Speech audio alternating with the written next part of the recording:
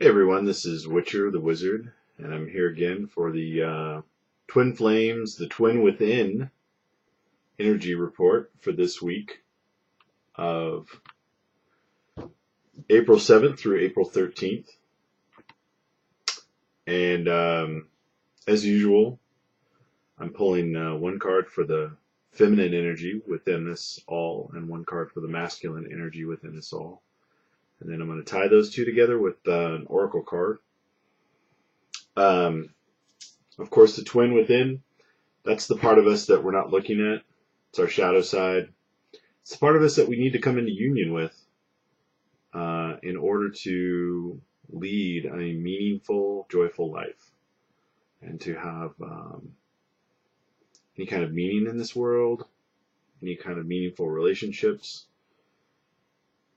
You gotta come into union with the twin within yourself, right? And all those people out there who trigger us in one way or another, they're the ones who are mirroring that shadow side of us back to us for our benefit.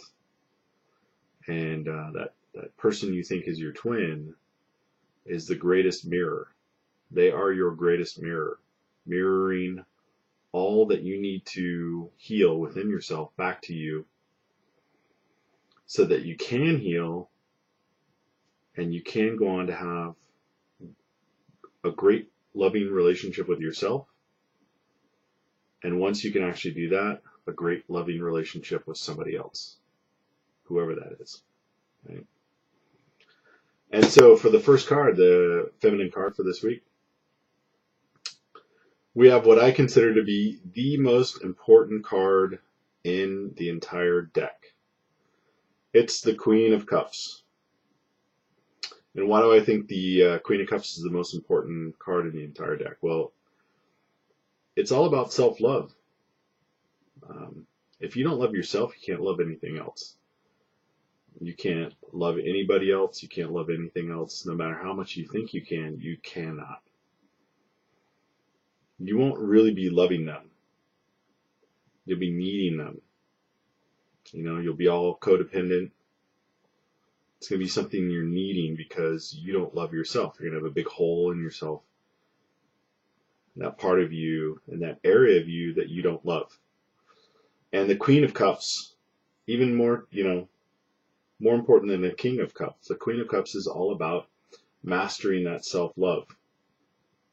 Coming to terms with all the parts of yourself that you don't like, all the parts of yourself you wish were different, all of the parts of yourself that you're embarrassed about, ashamed about, uncertain about. The Queen of Cups has come to terms with all of those areas within herself, and she loves them. She loves herself for who she is. She accepts herself. She loves herself. She has no shame. She has no guilt. She has no embarrassment, no denial, no body dysmorphia, no wishing things were different, no crying about the past. She has taken the full measure of who she is, and she loves herself. She respects her past. She's grateful for what she has, and she is excited and hopeful for the future.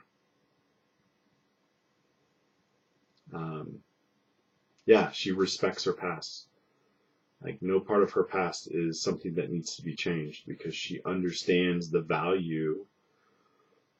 Whatever happened in her past, whatever her actions were, whatever her experiences were, she understands the value of those experiences and what they brought to her, how they helped her grow, how they helped her become more than what she was and who she is today.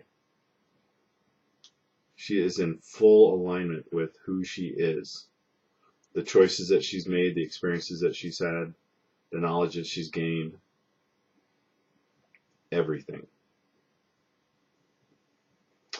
And because of that, this is the foundation stone, the cornerstone of who we are when we get to the Queen of Cups. This is literally the foundation stone of who we are.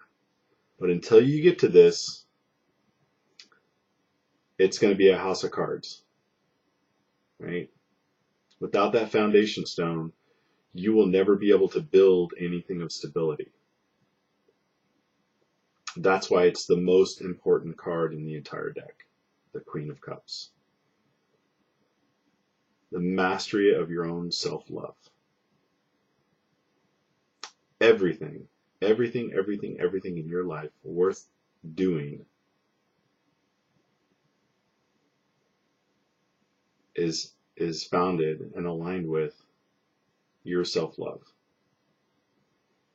So until we get to that point, you're just treading water, or you're just going in circles. Right? This is the number one priority in your life. And once you get to that self-love, once you get to that point where you really love who you are, that's when you can start building on everything else. Right? The Queen of Cups. No bullshit. No denial. No shame. No guilt. No embarrassment. Like, she knows who she is. She loves who she is. And that's the energy for this week. It's perfect energy for, we just had the new moon in Aries, and it's all about new start, new beginnings, Aries is the first sign of the zodiac. It's all about the self. The new moon is all about new beginnings. The Queen of Cups is all about knowing who she is and loving who she is. And so that's what we need to do. It's what we really need to focus on, not only this week, but just going forward. This is like the primary focus of your life, is self-love. And everything builds on that. Everything aligns with that. Everything builds on that. Everything. Forget about all those other external things that you're scattering your energy on. Like, focus on self-love, self-care. And as you start to get that right, everything else comes into focus. Everything else comes into alignment. Everything. Focus on that. All right, for the masculine energy, it's the Judgment card in reverse. So, Judgment. That's, the major arcana card that typifies our ability to perceive what's going on in our life relative to our priorities. What's important to us? What's meaningful to us? And so with the Judgment card in reverse, it's saying that we're really struggling with being able to make those judgment calls. And anytime you're struggling with judgment, it's because you're not clear about your priorities. And if you're not clear about your priorities, it's because you're not in alignment with yourself. You're not loving yourself. You don't, there's parts of yourself that you're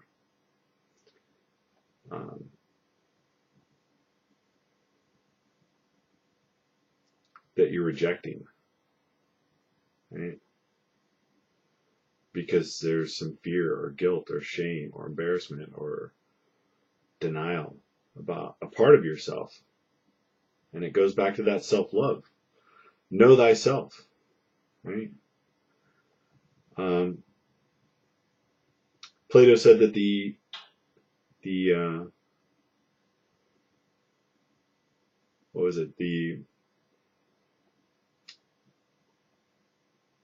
unexamined life, there we go.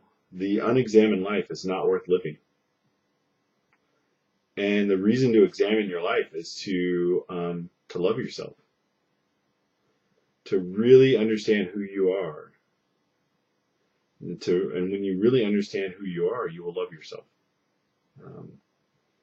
No hiding, no shame, no guilt, no fear, no denial. And when you really understand yourself and you love yourself, then there's no problem with judgment. There's no problem with creating boundaries. There's no problem with identifying when things in our life are overstepping our own personal boundaries, and then you use that judgment and cut them out. So you're like, this is not who I am, and I need to get it out of my life. There's no second thoughts. There's no quibbling. There's no worrying. There's no doubt. There's no remorse. You just realize, no, this isn't me. Out. And it's not even a judgment of good or bad, right or wrong. It's just me, not me. This suits me. This doesn't suit me. Nothing wrong with that. Is it helping you or not? Nothing wrong with that. Let it go. All right. It's the masculine energy. Struggling with judgment because we're still working on that self-love. Knowing ourselves, like really being honest with who you are and what you want in life. Like really being honest about that. Not what you think society wants you to have, not what you think society thinks is right or wrong. Like, what do you want? What do you want? And you'll know that because you'll feel it. You'll feel it deep inside you. Like, this is what I want. Doesn't matter what anybody thinks. Well, fuck all that. What do you want? It doesn't even mean that you have to go out and do it or get it or whatever. Just like acknowledge it. Acknowledge who you are. Acknowledge your desires. Acknowledge what you like and what you don't like. Acknowledge it. And then just sit with it. That's all you got to do. Acknowledge it. Sit with it. Accept it. Don't have to act upon it. That comes later. Just be real. Just be real with yourself. You don't have to be real with anybody else. Just be real with yourself. You can be real with yourself. That's when you can start to be real with others. But it comes from the self first. Right? All right, so the Oracle card is... Oh, man. I swear to God, this card pops up a lot. It's in reverse. It's the Encouragement. Encouragement in reverse. So let's go ahead and read that. 4. Encouragement in reverse. It's so weird how cards just come out. No matter how much I shuffle them, sometimes they just come out. Over and over. All right. Encouragement in reverse. A misstep isn't the end of the world. You've fallen into a trap of false courage, and only humility will lead you out of it. Perhaps you weren't listening to your intuition, and now you're in a jam. Being too self-reliant without knowing the ropes has brought you to this place. Don't become too discouraged. All is well, and you can always start again. Take another road, and surely discover new territories where love really blooms. Just remember to rely on your higher power. You can't always get what you want, but Spirit knows what you need. Something better waits around the corner. All right, well, for me, again, this is listening to your ego and not being true to yourself.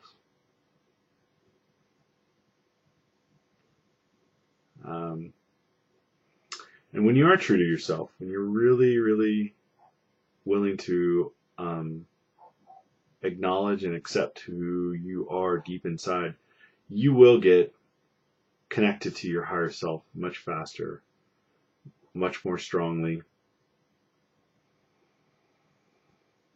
All right, that's the direct connection to your higher self, is being really honest with yourself and tuning into who you are, what you want, what you don't want, regardless of what society thinks, what anybody thinks.